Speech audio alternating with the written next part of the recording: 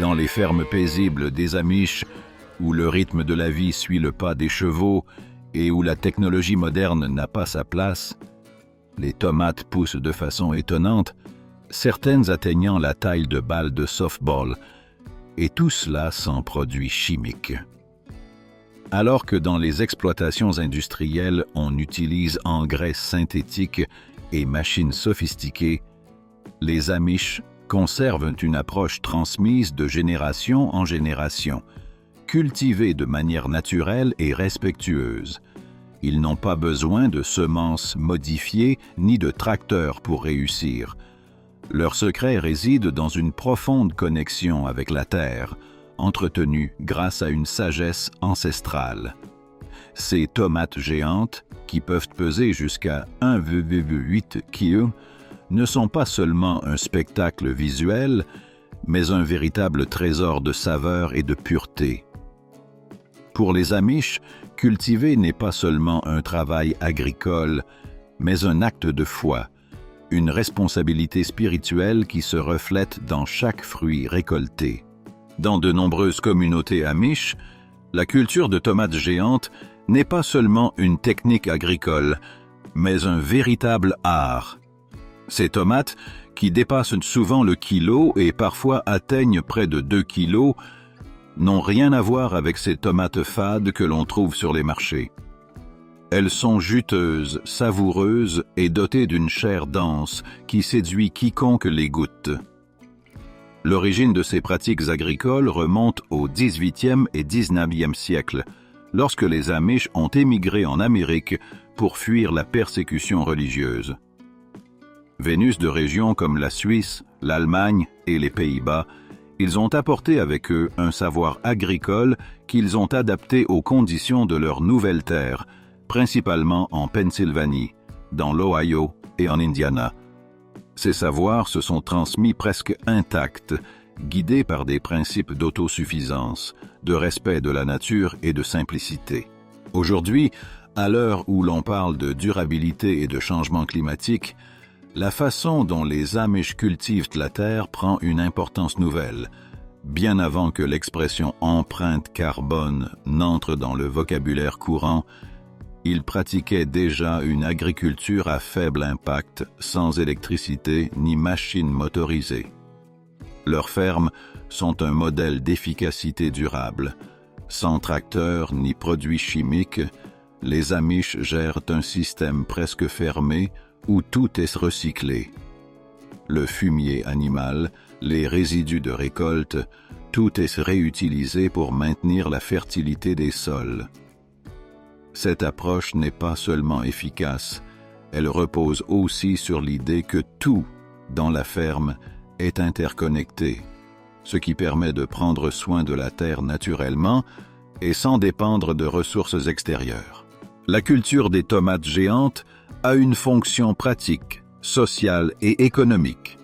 Dans ces grandes familles, une seule tomate peut suffire pour préparer un repas ou une sauce qui nourrit tout le foyer.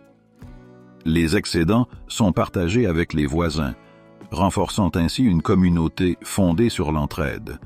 De plus, certains fermiers Amish ont fait de la vente de ces tomates géantes une source de revenus importante, les clients revenant année après année, attirés par leur qualité et leur goût unique. Comment parviennent-ils à rivaliser avec l'agriculture industrialisée, malgré l'absence d'électricité et de machines modernes? La réponse réside dans l'échelle.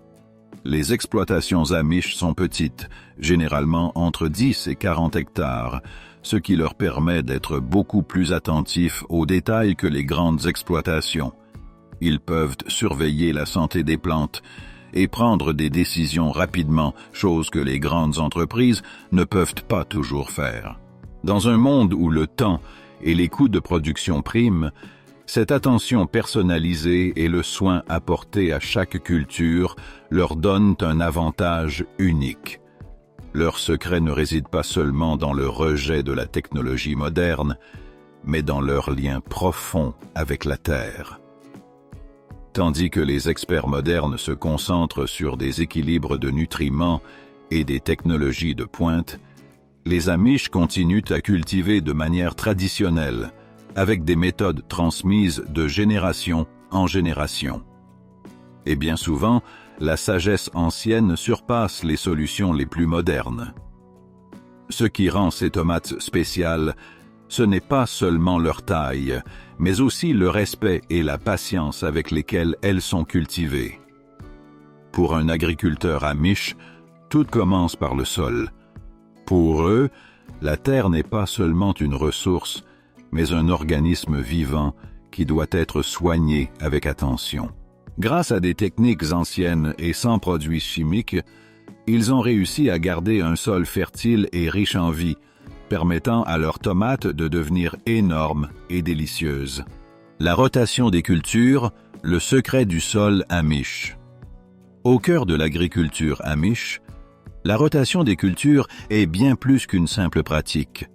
C'est un art soigneusement orchestré qui garantit que la terre reste fertile et vigoureuse année après année.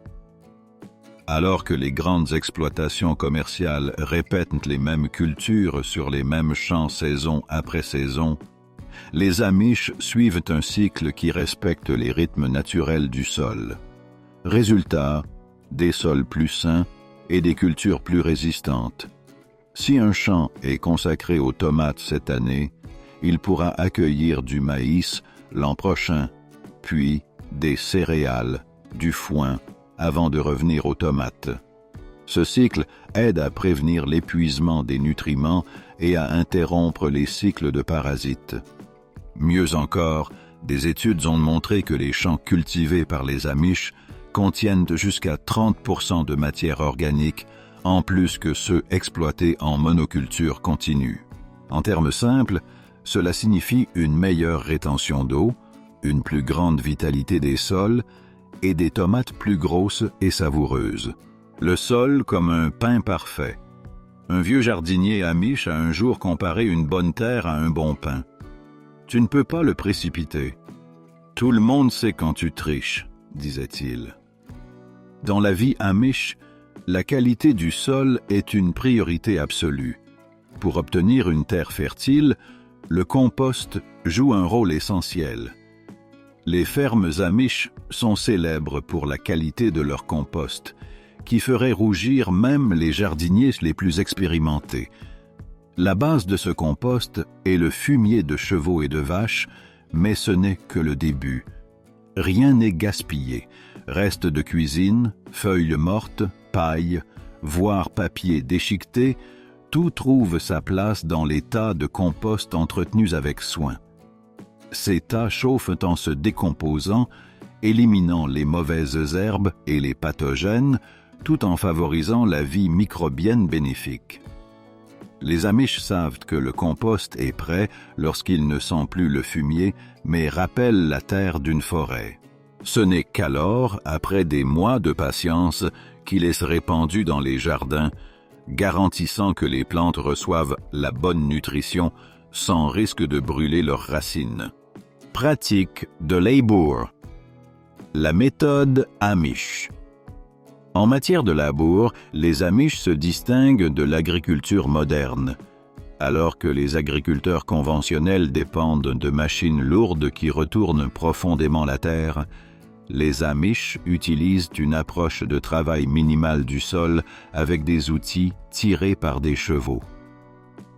Cette méthode préserve la structure du sol en minimisant la perturbation du réseau fongique et de la faune souterraine. Les vers de terre, par exemple, sont essentiels dans cet écosystème. Un seul acre de terre Amish peut abriter jusqu'à 1 million de vers, dont le travail est vital. Il crée des canaux qui facilitent la circulation de l'air et de l'eau, tandis que leurs déjections enrichissent la terre. Toute une armée de petits, mais puissants, ouvriers souterrains assurant la santé et la productivité du sol. Le paillage, une couche précieuse. Le paillage est un autre des secrets du soin du sol Amish. Après la plantation des tomates, les planches de culture sont recouvertes d'une épaisse couche de paille de foin ou même de papier journal déchiqueté. Ce manteau naturel est bien plus qu'une simple couverture décorative. Il aide à supprimer les mauvaises herbes, conserve l'humidité, maintient une température stable du sol et, avec le temps, se décompose pour nourrir les organismes du sol. Lors des journées chaudes d'été, la différence est frappante. Un sol couvert d'une bonne couche de paillis peut rester entre 15 et 20 degrés plus frais qu'un sol nu. Un facteur crucial pour les racines des tomates qui préfèrent des températures fraîches. De plus, cette méthode réduit le besoin d'arrosage, un avantage énorme pour les Amish qui dépendent de la collecte d'eau de pluie plutôt que de pompes électriques. Équilibre du pH. Le secret des tomates saines. Le pH du sol est un autre facteur fondamental pour cultiver des tomates de qualité. Les agriculteurs Amish visent un pH légèrement acide, autour de 6,2 à 6,8.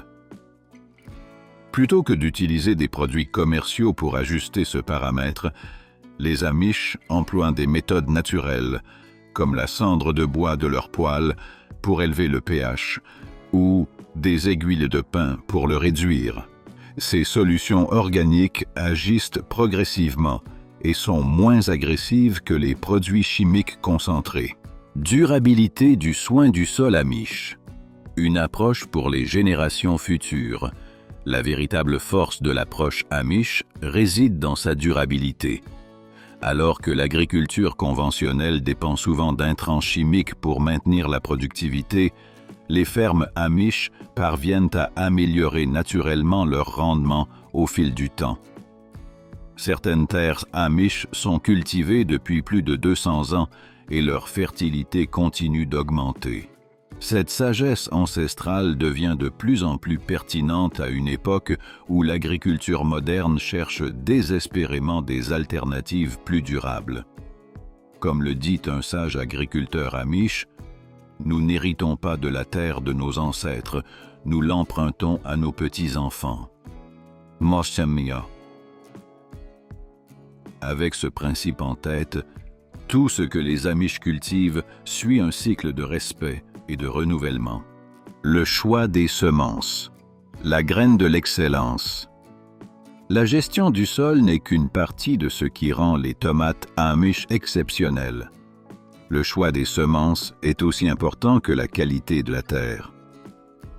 Les semences ne sont pas de simples grains. Elles portent des générations d'histoire et de génétique. Les Amish sont extrêmement sélectifs lorsqu'il s'agit de choisir les variétés à cultiver, privilégiant surtout les variétés anciennes. Contrairement aux hybrides commerciaux, conçus pour résister au transport ou mûrir uniformément, les variétés héritées sont sélectionnées depuis des générations pour leur goût et leur taille remarquable. Certaines communautés Amish cultivent des tomates dont les semences sont préservées depuis plus de 150 ans, s'adaptant au fil des siècles au changement du climat et des sols. La sélection des semences, un art qui traverse les générations. Choisir les bonnes semences pour cultiver des tomates géantes est un véritable art dans les communautés Amish. Les variétés indéterminées, celles qui produisent tout au long de la saison, sont privilégiées car elles offrent un potentiel plus élevé d'atteindre des tailles impressionnantes. Des variétés comme Brandywine, German Johnson ou Mortgage Lifter sont parmi les favorites des Amish. Et chaque année, les plus grosses et savoureuses tomates ne sont pas mangées, mais conservées pour obtenir des semences. Ce processus de sélection massale, où seuls les meilleurs spécimens sont retenus, garantit que les plantes s'adaptent aux conditions locales, produisant un fruit encore plus robuste et résistant. Des études ont montré qu'en seulement 3 ou 4 générations, Les semences conservées dans un lieu spécifique développent des adaptations génétiques au climat local et aux parasites, une preuve vivante de la sagesse traditionnelle toujours présente dans les jardins amish. La tolérance à la température. Un critère clé pour les variétés de tomates. La tolérance à la température est une caractéristique essentielle lors de la sélection des variétés de tomates, surtout dans les régions aux conditions extrêmes. Bien que toutes les tomates trouvent leur origine dans les terres chaudes d'Amérique du Sud, les agriculteurs amish ont, au fil du temps, développé des variétés capables de résister aux températures rigoureuses du Midwest et du nord-est des États-Unis. Les semences qu'ils conservent donnent généralement des plantes qui continuent de produire même lorsque les températures dépassent les 32 degrés C, alors que les variétés commerciales tendent à perdre leurs fleurs sans donner de fruits. La pollinisation croisée, un défi et une opportunité. La pollinisation croisée présente deux facettes. Bien que les tomates soient principalement autogames, les insectes peuvent transporter le pollen entre différentes variétés, créant ainsi des croisements naturels. Les jardiniers amish, au lieu de voir ces croisements comme un problème, les considèrent comme une bénédiction. Si le croisement donne une plante prometteuse, les graines obtenues sont conservées pour les futures cultures, menant parfois à la création de nouvelles variétés parfaitement adaptées aux conditions locales. Cette approche favorise la diversité génétique et l'amélioration continue des plantes. Principes amish. Agriculture traditionnelle, sans modification génétique. Les amish ne pratiquent pas la modification génétique, non pas comme une stratégie de marketing, mais comme une extension naturelle de leur approche agricole traditionnelle. L'idée de modifier une plante dans un laboratoire est totalement incompatible avec leurs croyances. Pour eux, travailler avec la nature, l'observer et s'y adapter est l'essence même de l'agriculture. La sélection des semences repose sur l'observation attentive, le temps et la patience, et non sur des techniques de laboratoire. La conservation des semences, une tradition efficace. La conservation des semences suit des méthodes éprouvées depuis des siècles. Après un nettoyage et un séchage minutieux, les graines sont stockées dans des enveloppes en papier ou des sacs en tissu, dans des endroits frais et secs. Certaines familles amish possèdent des collections de semences restées viables pendant des décennies, preuve de l'efficacité de ces pratiques sans recours à la réfrigération ni à la technologie avancée. L'échange de semences. Renforcer les cultures et les communautés. L'échange de semences est une tradition clé qui renforce à la fois les cultures et la communauté. Après la récolte, les familles amish se réunissent pour partager leurs meilleures variétés et les savoirs qui les accompagnent. Un agriculteur ayant obtenu des tomates résistantes à la sécheresse peut échanger des semences avec un autre qui possède des variétés résistantes aux maladies. Cet échange élargit non seulement la diversité génétique, mais il renforce aussi les liens communautaires en maintenant vivantes les traditions et l'esprit de collaboration. La popularité des variétés héritées. La résurgence des légumes anciens, en particulier les tomates, est en grande partie due au travail de conservation des communautés amish. Alors que l'agriculture commerciale s'est concentrée sur quelques hybrides, les amish ont préservé une vaste gamme de variétés pendant plus d'un siècle. La reconnaissance des jardiniers modernes pour ces pratiques traditionnelles a entraîné un véritable engouement pour les légumes anciens. Comme l'a dit avec sagesse un vieux jardinier amish, « Mon grand-père cultivait ses tomates et son grand-père avant lui aussi. Chacun choisissait les meilleurs et les transmettait. Je ne suis que le gardien actuel. » Ou Yoma Suma Sidye, leucémie. La première étape vers des tomates géantes. Avec des semences soigneusement sélectionnées, l'étape suivante cruciale est le semis. Les tomates géantes ne naissent pas par magie, mais commencent leur voyage le jour où elles touchent la terre. Dans les fermes amish, ce jour n'est pas marqué par le bruit des tracteurs, mais par le doux son des chevaux et le travail collectif de la famille. Pour les Amish, semer est un acte intime et plein de sens. Patience et observation. Clé du semis Amish.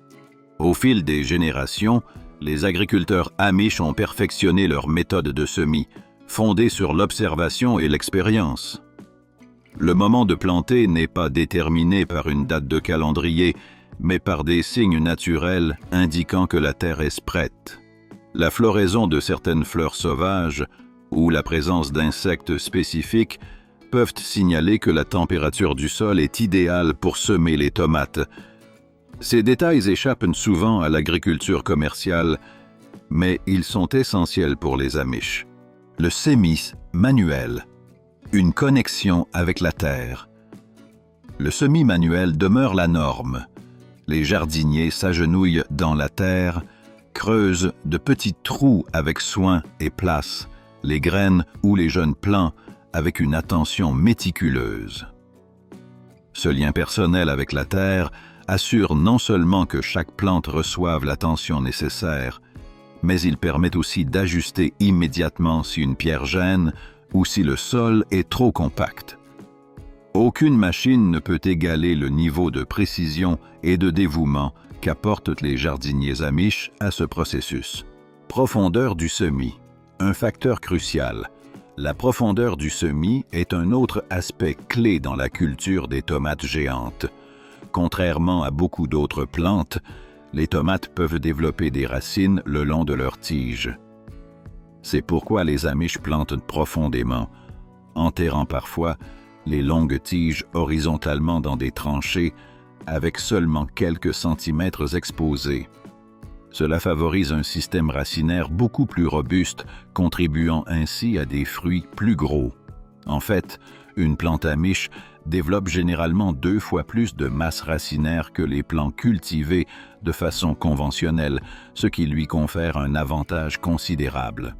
Amendements naturels. Une nutrition équilibrée pour des tomates géantes.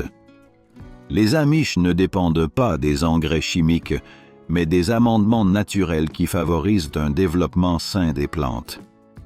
Lors du semis, ils ajoutent des coquilles d'œufs broyés, de la farine d'os et de la cendre de bois dans le trou de plantation.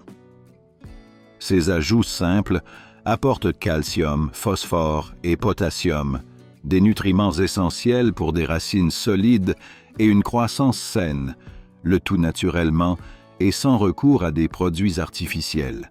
Espacement. Le secret des tomates géantes. L'espacement est un autre aspect que les Amish soignent avec attention. Pour obtenir des tomates géantes, ils plantent souvent leurs tomates beaucoup plus espacées que les recommandations habituelles, jusqu'à 1 de 2 mètres entre les plants. Cet espacement généreux permet une meilleure circulation de l'air et une plus grande exposition au soleil, tout en laissant aux racines l'espace nécessaire pour s'étendre et absorber les nutriments. Le résultat? Une meilleure qualité et une taille supérieure des tomates. Preuve que, dans l'agriculture Amish, l'accent est mis sur la qualité plutôt que sur la quantité. La magie du compagnonnage, un allié naturel au potager. Dans un potager Amish, chaque plante a un rôle qui dépasse sa simple valeur alimentaire. Le compagnonnage est une stratégie naturelle qui va bien au-delà du simple fait de planter. Par exemple, le basilic, si souvent associé aux tomates, ne se contente pas de parfumer l'air.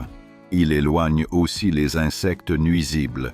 Les soucis, plantés en bordure du potager, protègent le sol. Leurs racines libèrent des composés qui repoussent les nématodes, l'une des menaces les plus sérieuses pour les racines.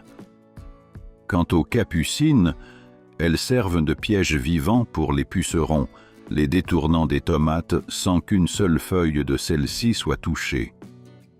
Chaque plante a son rôle, comme une équipe travaillant en harmonie pour le bien-être du jardin. La lune, le jardinier céleste. Un élément que les jardiniers amish observent de près est le cycle lunaire. Depuis des générations, ils suivent la sagesse qui affirme que semer pendant la lune croissante, entre la nouvelle lune et la pleine lune, favorise la croissance des feuilles et des tiges. À l'inverse, la lune décroissante est associée au développement de racines solides. Même si la science débat encore de la validité de ces croyances, les agriculteurs amish n'hésitent pas. Pour eux, les phases de la lune se ressentent dans la terre et restent des guides essentiels pour semer et récolter. Sagesse d'Antan, semer profond, récolter gros, sème profond, et tu récolteras des tomates. N'est pas qu'un simple conseil, mais un principe ancestral qui reflète la philosophie amish. Ici, nul besoin de machines sophistiquées, ni d'engrais synthétiques. Au fil du temps, les générations ont appris à soigner la terre, en plantant à la bonne profondeur, avec un espacement adéquat et en utilisant des fertilisants naturels. Ce savoir transmis, appliqué avec soin, assure une croissance remarquable, sans artifice ni produits chimiques. L'art d'arroser. Trouver le juste équilibre. Une fois les tomates établies, le soin le plus critique entre en jeu. L'arrosage. S'il manque d'eau, la croissance s'arrête. S'il y en a trop, la pourriture et les maladies apparaissent vite. Les tomates, composées en grande partie d'eau, exigent la quantité juste, au bon moment. Trop d'eau les rend vulnérables aux maladies. Trop peu les rend petites et flétries. Les agriculteurs amish maîtrisent l'art de cette danse délicate. Récolter l'abondance. L'eau de pluie. L'un des secrets les plus simples mais efficaces des amish est la collecte de l'eau de pluie. Au lieu de dépendre de systèmes coûteux ou d'eau traitée, ils stockent l'eau tombée du ciel dans de grands tonneaux. Cette eau, exempte de chlore et de produits chimiques, est idéale pour les cultures, car elle favorise une vie microbienne saine dans le sol. Un simple pouce de pluie sur un toit de 145 madakra peut générer plus de 4500 litres d'eau, et avec 1 mètre de pluie par an, cette méthode leur permet de collecter des milliers de litres sans frais. L'irrigation goutte à goutte, précision sans gaspillage. Bien qu'ils privilégient de la simplicité, les amish excellent en efficacité. L'irrigation goutte à goutte est l'une de leurs méthodes favorites. Alimenté par gravité, ce système amène l'eau directement à la base de la plante, là où elle est la plus nécessaire. Ce procédé est bien plus efficace que les arroseurs classiques, car il réduit l'évaporation et le ruissellement. Même avec du matériel improvisé, les jardiniers amish parviennent à irriguer leur culture plus précisément que bien des systèmes automatisés. Arrose le sol, pas les plantes. L'un des principes les plus simples, mais les plus parlants de la philosophie amish est « arrose le sol, pas les plantes ». Ce conseil rappelle que l'eau doit atteindre les racines là où elle est réellement nécessaire. Arroser les feuilles ne fait que provoquer une évaporation rapide avant que l'eau n'atteigne sa cible. Les tomates, par exemple, ont besoin d'une humidité constante au niveau des racines pour pousser fortes et en santé. Ajustement. Saisonnier. Un arrosage adapté aux étapes de croissance. L'arrosage n'est pas identique tout au long de l'année. Au printemps, quand les plantes développent leurs racines profondes, l'arrosage est plus modéré. En pleine saison de croissance, la quantité d'eau augmente pour soutenir le développement des fruits.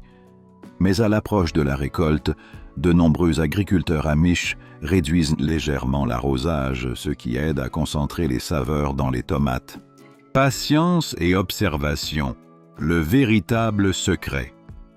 Ce qui distingue les jardiniers amish, ce n'est pas seulement leur savoir, mais leur patience. Ils ne cherchent pas à forcer la croissance de leurs tomates. Au lieu de recourir à des technologies avancées ou à des solutions rapides, ils s'appuient sur une observation attentive et un travail en accord constant avec les cycles naturels. Cette patience, apprise et perfectionnée au fil des générations, leur permet d'obtenir des résultats impressionnants. Les tomates amish ne sont pas cultivées à la hâte. Elles sont le reflet d'un travail continu, respectueux et harmonieux avec la terre. Si tu as aimé cette vidéo et que tu es passionné par la culture amish, celle-ci te plaira sûrement. N'oublie pas de mettre un like et de t'abonner pour ne manquer aucune vidéo de la plus grande communauté amish de toute YouTube.